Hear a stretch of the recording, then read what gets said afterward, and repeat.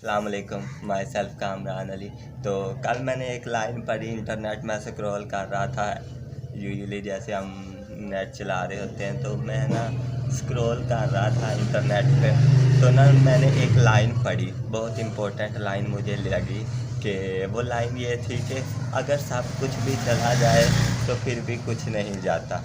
دوبارہ سنیے گا کہ اگر سب کچھ بھی چلا جائے تو پھر بھی کچھ نہیں جاتا۔ مجھے تھوڑی دیر کے لیے اس لائن کی سمجھ ہی نہیں آ رہی تھی کہ یار یہ لائن کس کانٹیکسٹ میں کہی گئی ہے، اس کا مطلب کیا ہے اور اس میں ہمیں کیا سمجھایا جا رہا ہے۔ تو میں بیٹھ گیا قلم وغیرہ لے کر، پین لے کر، ایک رجسٹر لے کر کہ یار اس کا مطلب کیا ہے کہ ہر چیز چلی جائے تو پھر بھی کچھ نہیں جاتا۔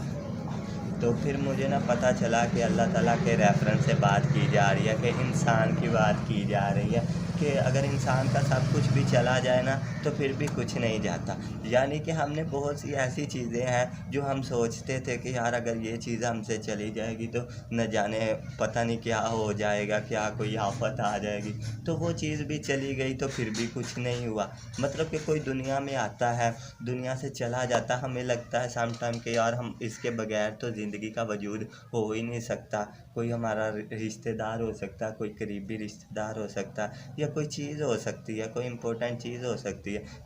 جو ایک ٹائم پہ ہمیں لگتا تھا کہ یار اس کے بغیر تو مطلب کہ گزارا ہو ہی نہیں سکتا، لائف آگے بڑھ ہی نہیں سکتی۔ اللہ تعالیٰ نے وہ چیز اگر ہم سے چھین لی تو بعد میں بھی ایسا ہوا کہ یار ہمیں اس چیز کے بغیر رہنا آ گیا، اس چیز کے بغیر ہم نے جینا سیکھ لیا۔ مطلب کہ یار دنیا میں ہر چیز جو ہے نا وہ ریپلیسیبل ہے۔ انسان کو بھی اللہ تعالیٰ نے ریپلیسیبل بنایا ہے کہ کوئی بھی چیز ہے اس کا آلٹرنیٹیو ضرور ہوتا ہے۔ مطلب کہ اگر ہم سوچتے ہیں یار کہ میں سوچوں کہ یار میرے بغیر دنیا کا وجود کیسا ہوگا، کہ دنیا تو چلے گی نہیں، ہاں لوگوں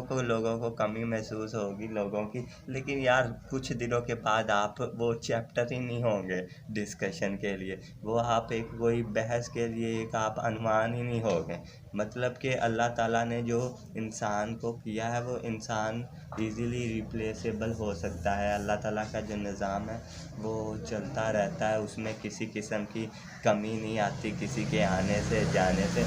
کچھ لوگ دولت کی تلاش میں ہوتے ہیں کہ یار ہمارے پاس پیسہ ہو جائے، تو وہاں کچھ لوگ ایسے بھی ہوتے ہیں یار جو کہتے صرف ہمارے پاس صحت ہو تو ہم کچھ زندگی میں کر سکیں، ہمارے پاس صحت نہیں، تندرستی والی زندگی نہیں۔ جہاں کچھ لوگوں کو صحت تندرستی والی زندگی چاہیے ہوتی ہے نا، وہاں کچھ لوگ بیچارے ایسے بھی ہوتے ہیں جو صرف چند سانسوں کے محتاج ہوتے ہیں۔ نہ جانے کوئی ہاسپٹلس میں آپ نے دیکھا ہوگا کہ یار وہ دعا کرتے ہیں کہ یار میرا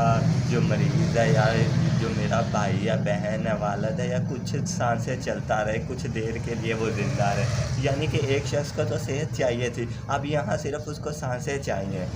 اسی طرح جب ہم کوئی بھی چیز جو ہے وہ پھینک رہے ہوتے ہیں ویسٹ کر کے، مثال کے طور پر ہم نے کوئی چیز لی، تھوڑی بہت ہم نے کھائی، اب اس کو ویسٹ کر دیا۔ ریسٹورینٹس وغیرہ میں ہم دیکھتے ہیں کہ ہم نے پیزا وغیرہ لیا یا کچھ بھی، تو آدھی چیز چھوڑ دی اور پھینک دی، تو نہ جانے کوئی وہاں ایسا بھی ہوتا ہوگا جو اس چیز وہ اس ڈسٹ بین کو یا اس چیز کو فائنڈ کر رہا ہوگا کہ کہاں سے مجھے یہاں سے تھوڑا سا بچا کچا ہوا چیز مل جائے جس سے میں اپنا پیٹ بھر سکوں۔ تو مورل آف دا سٹوری کہ انسان کو ایک تو اللہ تعالیٰ نے ریپلیسیبل کر سکتا ہے ہر جگہ جب چاہے، اور دوسرا یہ کہ ہمیں زندگی میں دوسروں کے لیے بھی جینا چاہیے، ہمیں اپنے لیے ہی نہیں جینا چاہیے۔ زندگی کا دستور یہ ہے کہ ہمیں دوسروں کے لیے بھی جینا چاہیے، دوسروں کو بھی کچھ منافع دینا چاہیے۔ قرآن کریم میں اللہ تعالیٰ فرماتے ہیں مومنوں کی مطلب کہ وضاحت کرتے ہوئے، مومنوں کی صفت بیان کرتے ہوئے فرماتے ہیں کہ تم لوگوں کی نفع رسانی کے لیے نکالے گئے ہو، تم بھلائی کا حکم دیتے ہو اور برائی سے روکتے ہو۔ نفع رسانی یہی ہے کہ دوسروں کو فائدہ پہنچانا، دوسروں کو جو ہے وہ اچھا ان کے ساتھ بیہیو کرنا، ان کو کوئی چیز یار دے دینا، مطلب اپنے سے یار، کہ سوسائٹی میں تو وہ کلچر نہیں ہے، مطلب کوئی چیز میرے پاس آتا ہے، کوئی چیز پرچیز کرنے تو میں اس کو تھوڑا سستی دے دوں، کیا یہ اس کو نفع پہنچانے والی بات ہے؟ کوئی اسٹوڈنٹ ہے، اگر میرے پاس پڑھنے آتا ہے تو میں اس سے تھوڑی سی فیس کم لے لوں، اس کی حالت دیکھتے ہوئے، تو یہ نفع رسانی میں آ جاتا ہے۔ اسی طرح ایک اور حدیث کا مفہوم بھی ہے کہ اگر تم میں سے کوئی چاہتا ہے کہ میرے رزق میں اضافہ کیا جائے اور میری عمر میں فراخت کی جائے، یعنی میری عمر میں اضافہ کیا جائے۔